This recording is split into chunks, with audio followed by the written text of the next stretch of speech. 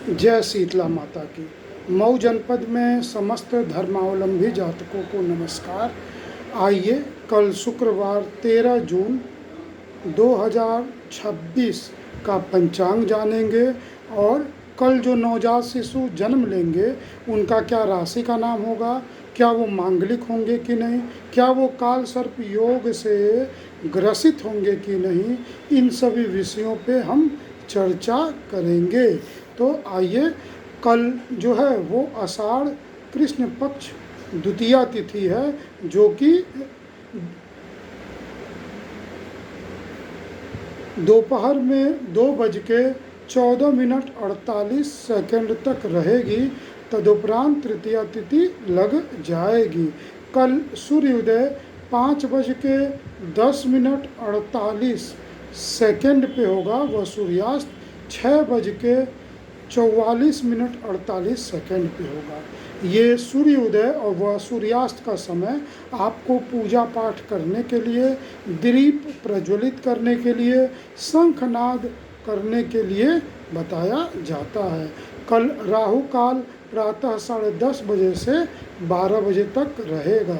अर्थात यह जो समय है, इस समय कोई नवीन कार्य आरंभ नहीं करना है। पूर्व से ही कोई कार्य आरंभ किए हुए हैं तो वो करते रहेंगे या इस समय बाद ही आरंभ करेंगे। कल दिशाशूल पश्चिम दिशा की है और दिशाशूल जो है कल पश्चिम दिशा की है। अर्थात इस समय अवधि में आप जो है वो कोई ऐसी यात्रा पश्चिम दिशा की नहीं करेंगे जिसमें आप संध्या तक घर वापस लौट के न आ सकें।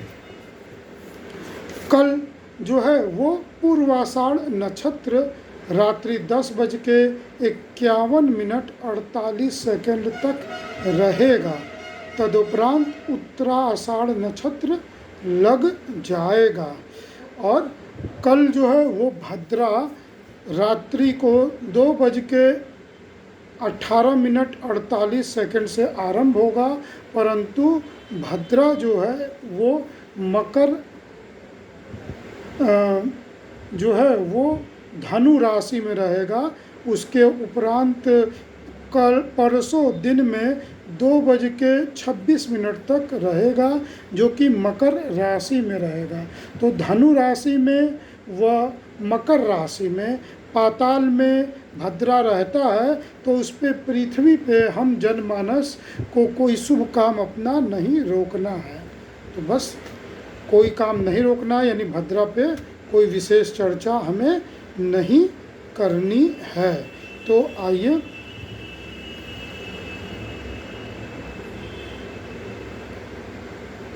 कल जो है वो मऊ जनपद में स्वार्थ सिद्धि योग, जो कि कल दोपहर 1:54:48 से आरंभ होगा और परसों जो है वो रात्रि में 11:31:48 तक रहेगा।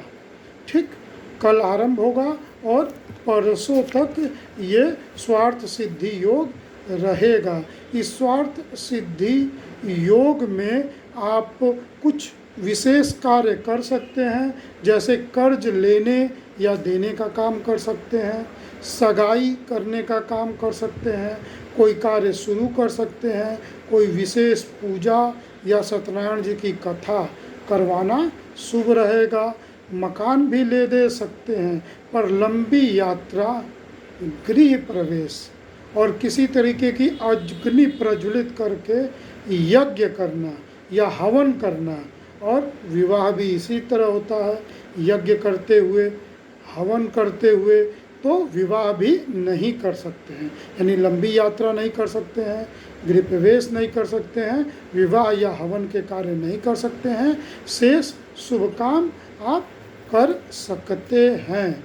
तो ये कल जो है स्वार्थ सिद्धि योग है। अब पूर्व आषाढ़ जो नक्षत्र है, पूर्व आषाढ़ नक्षत्र का मतलब जो है वह प्रभावी रूप से पूर्व ही जो कभी हार नहीं मानता है, उससे इसका अभिप्राय है।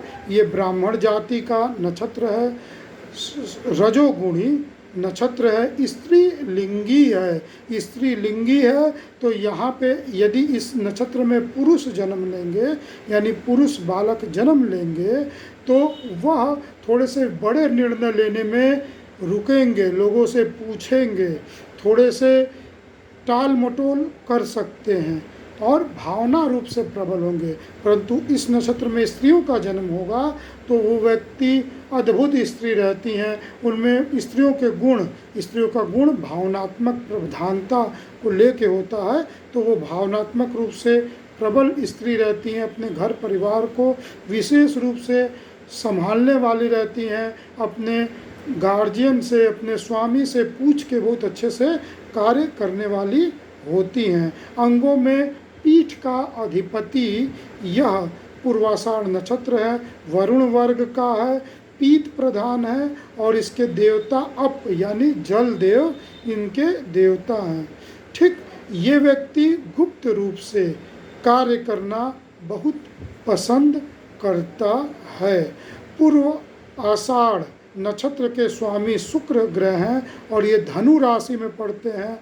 धनु राशि के स्वामी गुरु ग्रह हैं, यानी शुक्र यानी चतुराई, यानी तीक्ष्ण बुद्धि, यानी वैभव, प्रदर्शन, दिखावा, अलंकार, श्रृंगार, भोग, विलासिता, ये शुक्र जो नक्षत्र स्वामी हैं। और राशि स्वामी जो है गुरु, यानी सद्विवेक, ज्ञानी जनों के साथ बैठना, चलना, समझना, ज्ञानी बातों का चिंतन मनन करना, मंदिर जाना, पूजा करना और धार्मिक मनोवृत्ति के रहने, ये शुक्र और गुरु ग्रह का गुण है। अब कुंडली में गुरु शुक्र की जैसी स्थिति होगी वैसे इनमें गुण रहेंगे। शुक्र के गुण मैंने बता दिए और गुरु के गुण मैंने बता दिए। जातक, ये पूर्व आषाढ़ नक्षत्र ये बैलेंस नक्षत्र है, इसमें जातक बैलेंस जीवन जीता है, उसका सामाजिक स्तर भी बढ़िया रहता है, खुश मिजाज भी रहता है, मिलना जुलना लोगों से पसंद करता है, कला प्रेमी भी रहता है, धन संचय भी करता है, अपने मन की भावना प्रकट करता है, ईमानदार लोगों के साथ ईमानदार रहते हैं, बेईमान लोगों के साथ बेईमान रहते हैं। तो इस प्रकार के ये व्यक्ति रहते हैं, अपने कार्यों को गुप्त रूप से करना पसंद करते हैं। तो ये हो गई पूर्वाषाढ़ नक्षत्र की रूपरेखा। अब पूर्वाषाढ़ नक्षत्र आज संध्या, आज गुरुवार की संध्या 9:40 से आरंभ होगा। प्रथम चरण जो है वो रात्रि 3:58 तक रहेगा। राशि का नाम भ पर बड़ी की मात्रा भू अक्षर से राशि का नाम रहेगा। प्रथम चरण जो है वो सूर्य के सिंह नवांश में पड़ रहा है, तो यहाँ पे गुण जो है वो शुक्र ग्रह के, गुरु ग्रह के और सूर्य ग्रह के प्रभावी होंगे। शुक्र और गुरु ग्रह के मैंने गुण बता दिए हैं। अब सूर्य ग्रह का गुण, सूर्य जो है आत्मविश्वासी रहते हैं और अभिमानी भी रहते हैं। यदि उनका संस्कार ठीक से नहीं सिखाया गया तो वो स्वाभिमान और अभिमान के बीच का अंतर नहीं निकाल पाते हैं, वो क्रोधी भी हो जाते हैं, वो गर्म दिमाग के रहते हैं, पल में गुस्सा होते हैं, पल में शांत हो जाते हैं। उन पे स्वयं पे बड़ा आत्मविश्वास ऐसे जातकों का रहता है।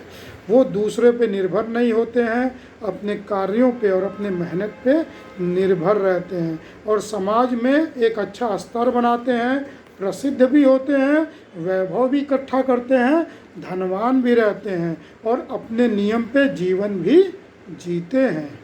ठीक, अब द्वितीय चरण 3:58 से कल सूर्योदय उपरांत प्रातः 10:16 तक रहेंगे। राशि का नाम धनुष वाले ध अक्षर से रहेगा।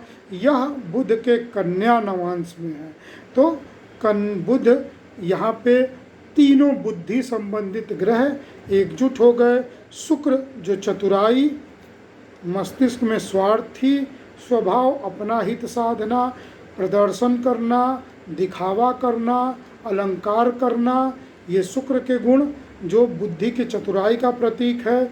गुरु जो राशि स्वामी है, तो गुरु के गुण सद्विवेक, अच्छे चीज़ों को ग्रहण करना, बुरी आदतों को त्याग देना, और बुद्ध यानी वाणी की प्रबलता, विवेकशीलता, वो सही और गलत का आकलन किए बगैर पहले से सब चीज़ों को भाप जाता है, लोगों को समझ जाता है, लोगों की भावनाएं समझ जाता है, लोग क्या बोलेंगे ये समझ जाते हैं, ये बुध के गुण। तो ऐसे व्यक्ति की स्मरण शक्ति तेज होगी। यदि सूर्य और बुध के बीच में निश्चित दूरी हुई और बुध अस्त नहीं हुए, तो शुक्र ग्रह भी नज़दीकी ग्रह रहते हैं, तो शुक्र ग्रह भी अस्त नहीं हुए तो बहुत अच्छे गुण रहेंगे। ऐसे व्यक्ति आराम पसंद होते हैं, अपने बातों को महत्व देते हैं। ये पुष्कर नवांश बन रहा है, जातक प्रसिद्ध होंगे, मेहनती होंगे और अपने कार्यों को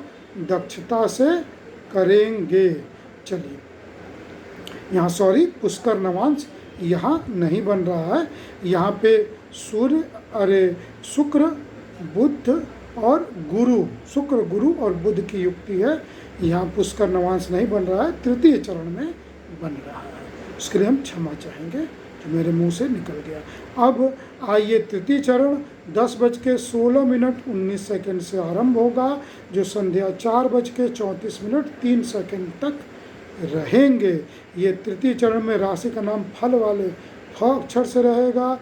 यह धनु राशि में जो है तुला नवांश में है।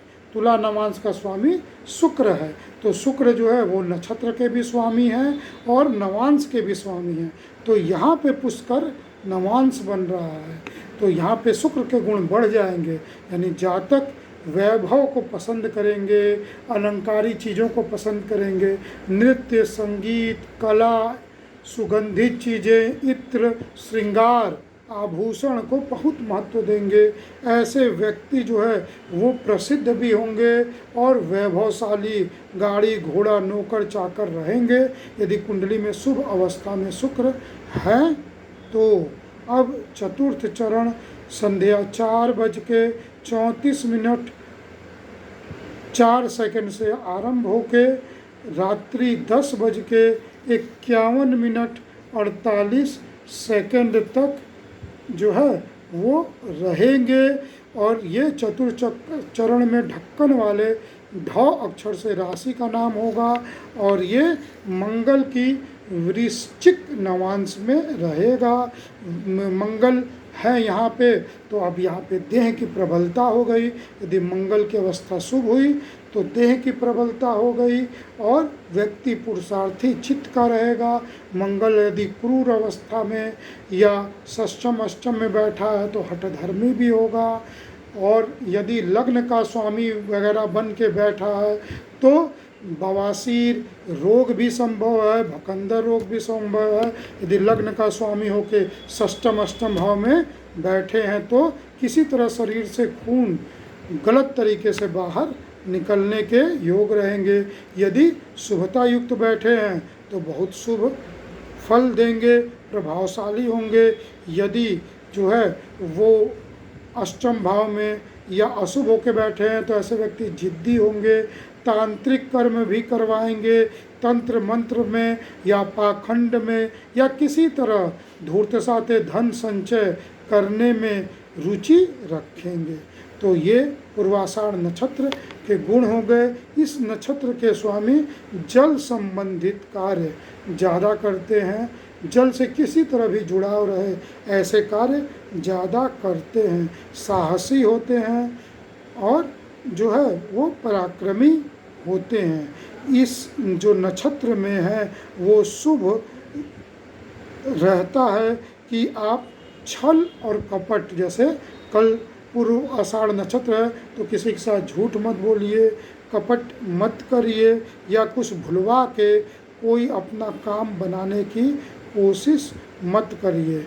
कल पूर्वाषाढ़ नक्षत्र में कोई काम समाप्त करना भी अहितकारी होता है।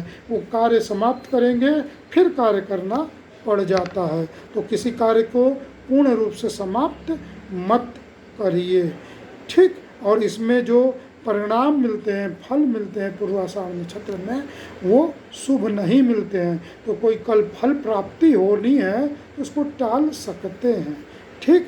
और इसमें शुभता पर आने के लिए माँ लक्ष्मी की पूजा कराना, आराधना करना, कल के दिन माँ लक्ष्मी की पूजा करना नक्षत्र के हिसाब से, या जिनका जन्म हुआ है इसी नक्षत्र में वो माँ लक्ष्मी की पूजा करें तो उनको थोड़ा ज़्यादा कुंडली में शुभता उनके नाम के अक्षर के कारण बढ़ जाती है। ये हो गई पूरी बात। कल जो भी जातक जन्म लेंगे वो जो है न तो काल सर्प योग से ग्रसित है, न ही वो मांगलिक हैं, और न ही सप्तैसा में यानी गंड मूल योग में भी वो नहीं पड़ेंगे। तो ये आपको मैंने पूरी जानकारी दे दी। और भी कोई आपको जानकारी चाहिए, व्यक्तिगत रूप से पूछना है तो आप व्हाट्सएप पे, हमारा व्हाट्सएप नंबर 09839571856 है, आप कमेंट करके पूछ सकते हैं। समय रहेगा तो हम निःशुल्क आपको बताते हैं, नहीं तो जैसे आप लोग के आशीर्वाद से शुल्क दे के ही हम जो है वो पूर्ण व्यस्त रह पाते हैं। तो हम कैसे बता पाएँ, रात को सोते समय कुछ देख के बता सकते हैं तो बता लेते हैं, तो हम बताते बताते थक जाते हैं तो छोड़ देते हैं। तो अब आप हमसे घर बैठे कुंडली बनवा सकते हैं पूरे विश्व से कहीं से भी, और घर बैठे वीडियो कॉल से फलादेश भी जान सकते हैं, कुंडली बना के भी और बिना कुंडली बनाए भी। आप कंप्यूटर की गणना से हम एक न्यूनतम परामर्श शुल्क लेके आपको बताते हैं। तो आप इस अवसर का लाभ उठाइए। और आप कुंडली बहुत ज़रूरी चीज़ है। अभी मैं न्यूज़ की पाठशाला देख रहा था, उसमें सुशांत करके न्यूज़ रिपोर्टर हैं, उन्होंने ये जो राजा और सोनाली का जो केस है, जो मर्डर हुआ है, उस केस में पिछले ही महीने विवाह हुआ था। तो कुंडली देख के दोनों को मांगलिक पंडित जी बताए थे, और बिटिया रानी को जो सोनाली है उनको जो यही गाजीपुर में पकड़ी गई, हमारे गाजीपुर में पकड़ी गई, जबकि वो शायद मध्य प्रदेश में की हैं और गाजीपुर में पकड़ी गई। यहीं से वो नेपाल भागने की तैयारी में थी। तो वो जो हैं उनकी कुंडली देख के पंडित जी ने पहले ही बता दिया था। पंडित जी का भी उसमें वक्तव्य दिखा रहा है कि ये बहुत ही जो है वो गंभीर रहेंगी और प्रेम प्रसंग को लेके ये बहुत आतुर रहेंगी, और बहुत ज़्यादा ये विपदा भी उत्पन्न कर सकती हैं एक महिला को और साथ लेके। तो अभी तो ये अकेले मिली हैं, फिर उनको बताया जा रहा है कि वो एक महिला उनकी माता जी हो सकती हैं। तो इस तरह पंडित जी ने जितनी बात बताई थी विवाह से पहले वो सब बात सही हो गई। तो मैं खुद पूर्व में ज्योतिष नहीं था, मैं विज्ञान का स्टूडेंट था, और मैं जस जस ज्योतिष को मैं जानता जा रहा हूँ तो मैं ये जान जा रहा हूँ कि जितनी सही है वो ज्योतिष में है, ये विज्ञान है। और जो मैं भूल चूक से गलती बता पाता हूँ वो मेरी ज्ञान की कमी है। ज्योतिष एकदम सही शुद्ध ज्ञान है। हाँ, ये विवादों की गणना है तो विवाद हम नहीं जानते हैं, अपवाद नहीं जानते हैं, तो हम उसमें वही गणना कर लेते हैं। तो हम ज्ञान की कमी है, तो जो कम या गलत बता रहे हैं वो मेरी कमी है, इस ज्योतिष की कमी नहीं है। और जो सही बता पा रहा हूँ मैं वो इस ज्योतिष का ही गुण है, पूरा इस ज्योतिष का गुण है। तो बहुत अच्छा विषय है। अगर मुझे अवसर मिला तो वो मैं क्लिप काट के आप लोग के लिए लगाऊंगा, जो पूरी कुंडली दिखा के बताई जा रही है। ऐसे ही रिसर्च वर्क में रखा रहता हूँ, क्योंकि बहुत बड़ी घटना है। एक महिला द्वारा इतनी सुव्यवस्थित तरीके से अपने ही पति को हनीमून पे मार डालना बड़ी दुखद घटना है। ये रिसर्च वर्क में काम आने वाला। अगर कुंडली सही हो तो मैं अच्छे से रख के उस पर गणना करूँगा स्वयं भी। ठीक, आपको ढेर सारी शुभकामनाएं मेरी पूरी बात सुनने के लिए। आप ज्योतिष का लाभ उठाइए, और ये निःशुल्क ये विषय मैं आपको इतने अच्छे से दे देता हूँ। तो जो भी व्यक्ति के नवजात शिशु उत्पन्न होने हैं उन्हें ये वीडियो ज़रूर भेज दीजिए। एक दो आध महीने आगे भी उन्हें तो उन्हें हमसे जोड़ दीजिए, व्हाट्सएप पे नाम पता दे के जोड़ दीजिए, जिससे उन्हें ये सूचना जाती रहे। तो नवजात शिशु का वो गुण धर्म पहले ही जान जाएंगे। धन्यवाद। वंदे मातरम।